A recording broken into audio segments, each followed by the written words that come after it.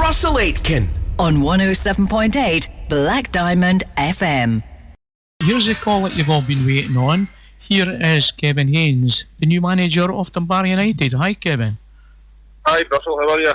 I'm not too bad. Fantastic to get you on as soon as this, of course, because you've just taken over the position at Dunbar. Just taking over there on Thursday night. Obviously, I'm on my way back from the game now, so it's been a very, very busy few days. So why Dunbar then, Kevin? Why Dunbar? Because there was a job available, probably. You know, that the conversation kind of started on Thursday. They were looking for a new manager. The club made contact with me. We had, initial discussions, and everything went well. Everything went well Thursday. Speaking to the board and the people involved, and understanding what they were looking for, and them understanding, what I was wanting to do, and it just seems a good fit. It's a club that I've got history with. I've played there for 3 years, I think, probably nearly 20 years ago. So it's a good fit. This time it's a good fit. Do you think it was a challenge that you wanted to take up? Definitely. Like I say, I know the criteria, and I know what needs to be done and what my remit is, and it's a challenge that I'm looking forward to doing, and one that certainly feels achievable. So certainly, I'm definitely looking forward to it. You said you had been at Dunbar before. Is it good to be back? Yeah, lovely place, lovely club. The town itself's nice. The community within the town is very supportive. It's a good place to be involved in. I love the football down there, and it's good. It's a lovely place. And how did you feel when you first got word? Right, Kevin, you're the manager. How did you feel when you got the position? Worried. Worried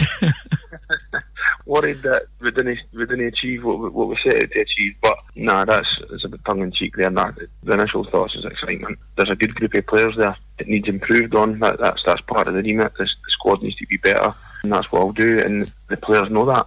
The players should strive if someone comes into the club and player-wise and looks to take the position. It should make the player holding the position better, and that's what I like to do. Well, I heard that today you weren't in charge of the team, and your first time in charge is on Tuesday.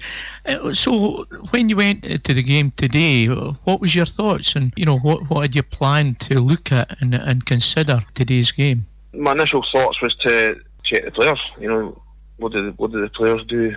What are they good at? What they're not good at? What do we work on? What we're going to work on? How do we make it better? So the game today was a great insight. I wasn't in a position. I met the players for 10 minutes Thursday night, so I wasn't in a position to pick a formation, pick a side that should play. So Ed Christie done that for me, and Ed Christie took the team today, and tried to stay in the background and take it all in, but can't help myself. I've got to get involved. So I've got a lot out of it. I've got an idea of where we need to be and where we need to go. So it was worthwhile. Well, you've got a vision now. At least you've got something to look to improve and change if necessary. Now you stepped in as manager.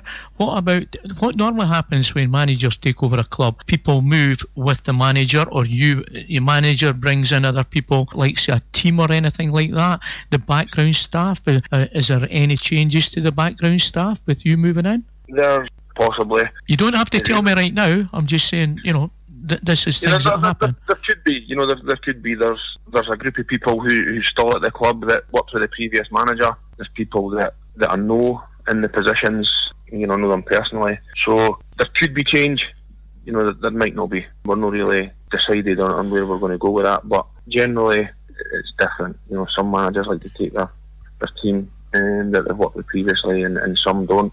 Some like to keep the familiarity that's already at the club, and each manager is different. So the thing is, you've got a team that's already set up. You've got the structure that's already set up, and to change it, any change, if anything, never takes place when someone just takes over. You went to the game today, and you were overseeing the game and looking at the players, the way they're playing, the way they were working as a team, and that. So you've got a game. Tell me about the game. How did you feel about the game?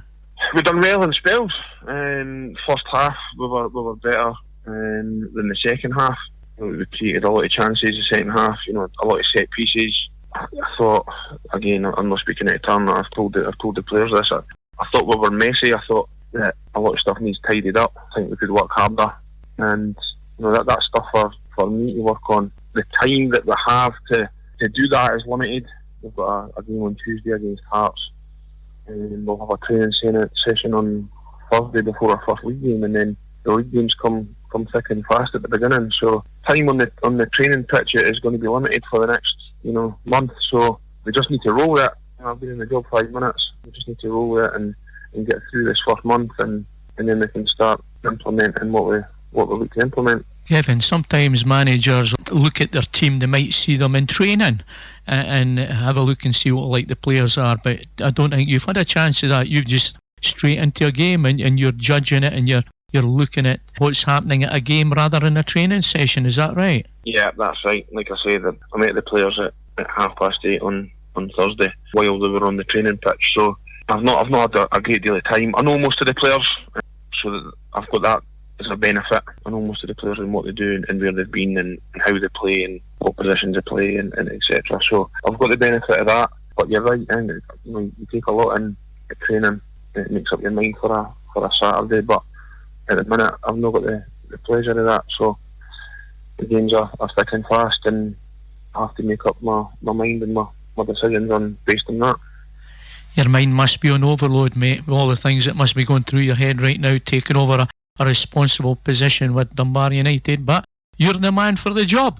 So the game coming up, what do you think about the game coming up? We're going to be playing against a young Hearts side. They're all going to be full-time footballers, they're all going to be fit, they're all going to be well coached, they're going to be the elite players at their age group. So it's a massive test. We need to go and first and foremost is try to match their effort, their fitness, and at the end of the day it's still pre-season, it's a week to go. Fitness is still a massive part. The boys need to be peak fitness come next Saturday. So if they get a run around on Saturday and they put everything on Tuesday, they put everything into it and they come off tired, then that's great. And then we'll recover Thursday and we're good to go Saturday again. So it's a hard game. It's a good game. Hopefully it can bring in some bodies.